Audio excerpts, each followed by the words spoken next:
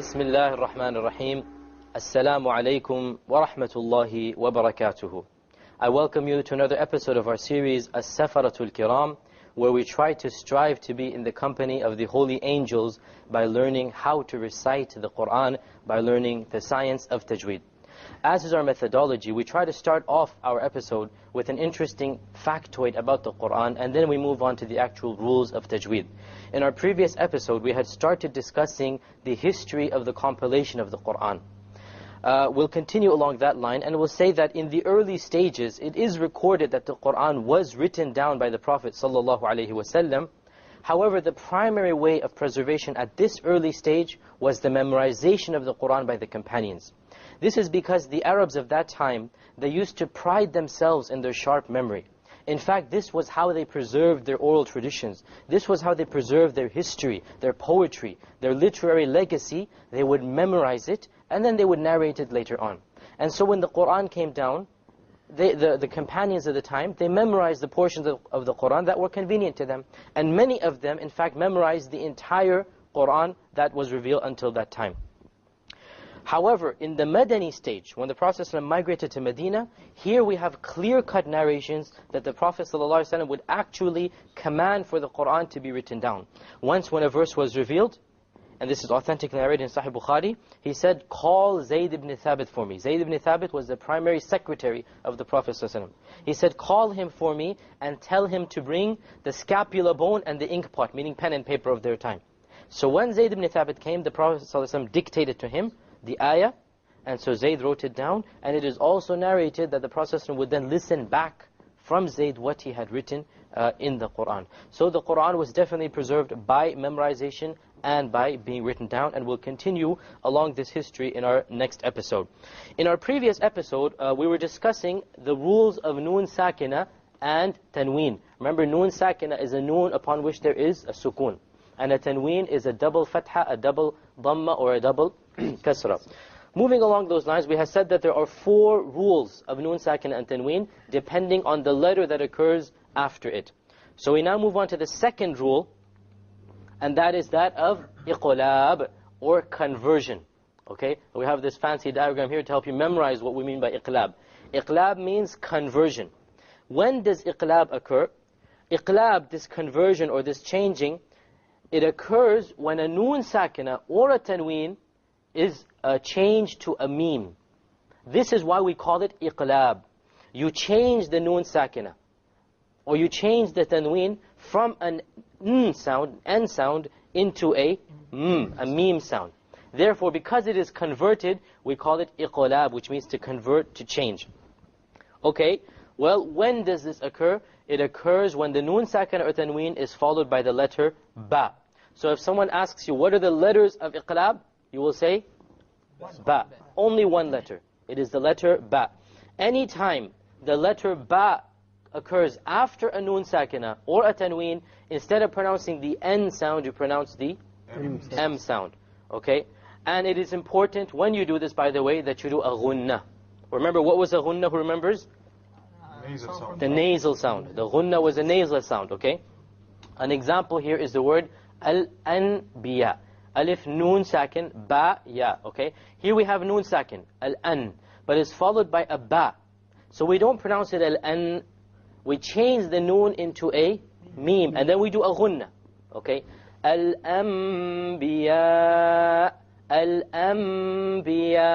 We change the Noon into a Meme, and we perform a Ghunnah on it. Likewise, in the next example, we have a Noon Sakin followed by a Ba. Notice that this was in one word, this is in 2 words. It's the same ruling. There's no difference if it's in 1 word or 2 words or Tanween. It's all the same ruling. Here we have Min Ba'di. Min Ba'di. We have Noon Sakin followed by a Ba. How do we pronounce it? Min Ba'di. Min Ba'di. Likewise, we have Sami'an Basira. Again, we have the Tanween over here followed by a Ba. سميعا بصيرا سميعا بصيرا. We change the tanween into a meme, and that is called iqlab.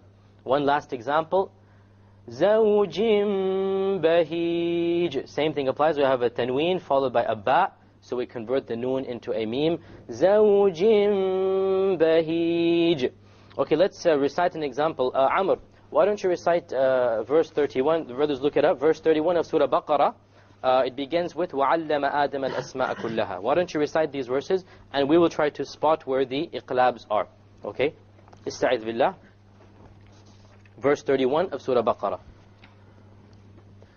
أعوذ بالله من الشيطان الرجيم وعلم آدم الأسماء كلها ثم عرضهم على الملائكة فقال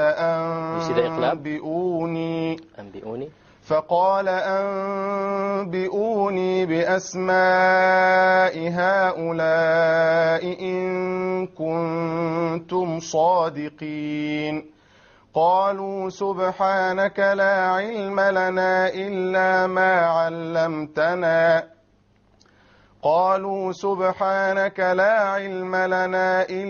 ما علمتنا إنك أنت العليم الحكيم قال يا آدم أنبئهم بأسمائهم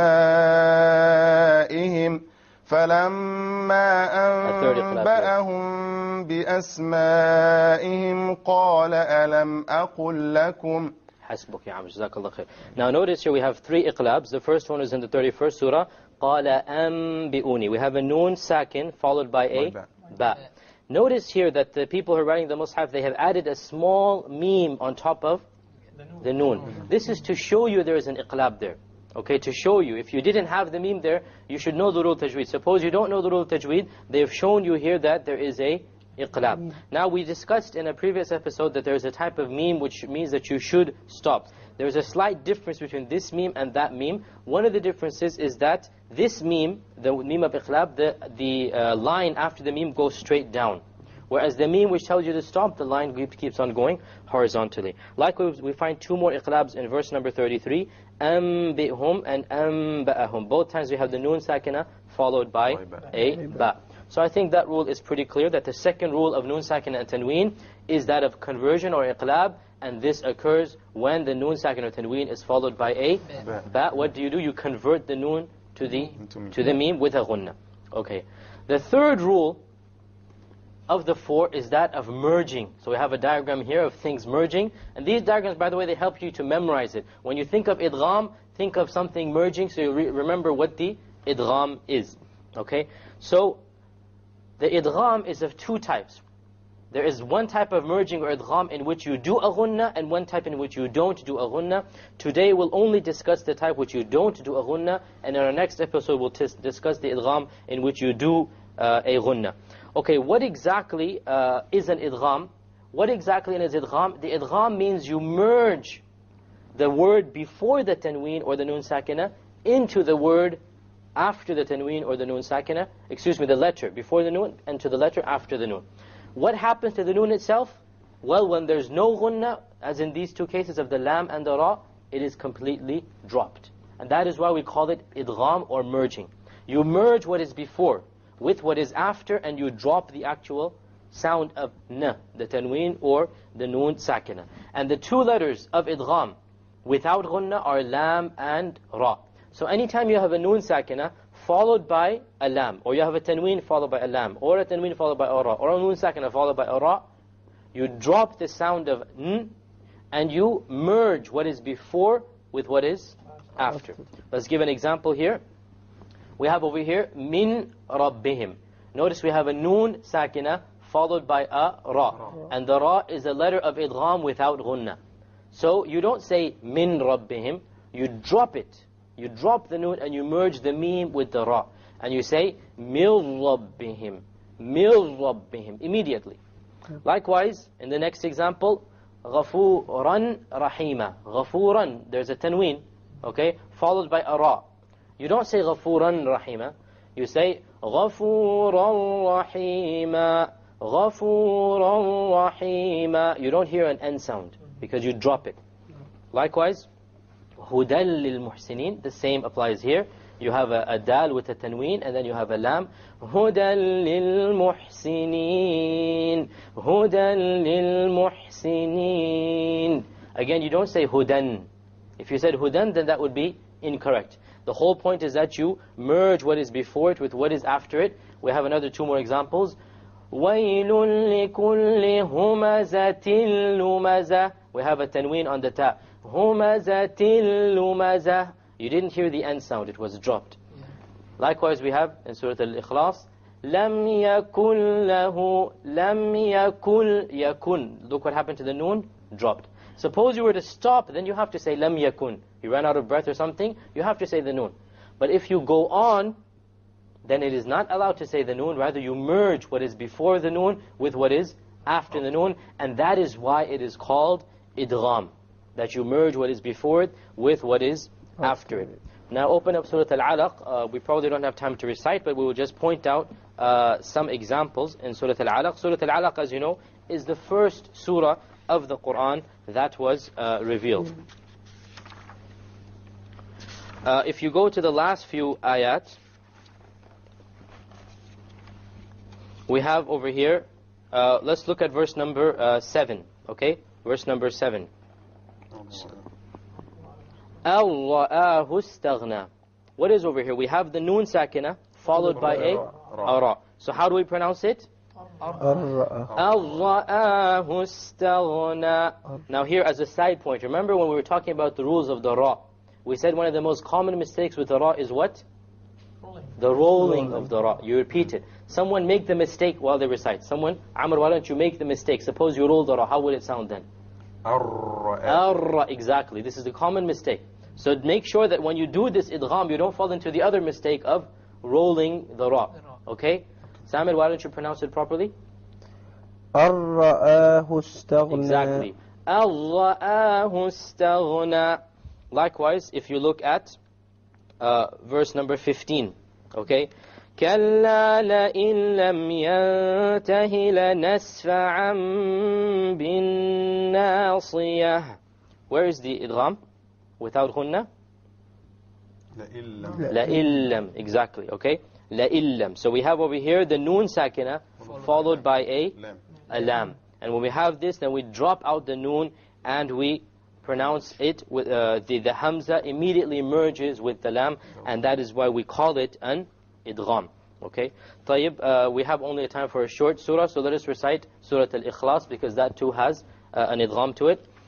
أعوذ بالله من الشيطان الرجيم. أعوذ بالله من الشيطان الرجيم. بسم الله الرحمن الرحيم. بسم الله الرحمن الرحيم. قل هو الله أحد.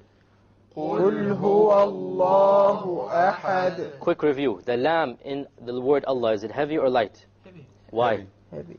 Was it preceded by fatha? Preceded by a fatha, exactly. What did we do on the dal in ahad?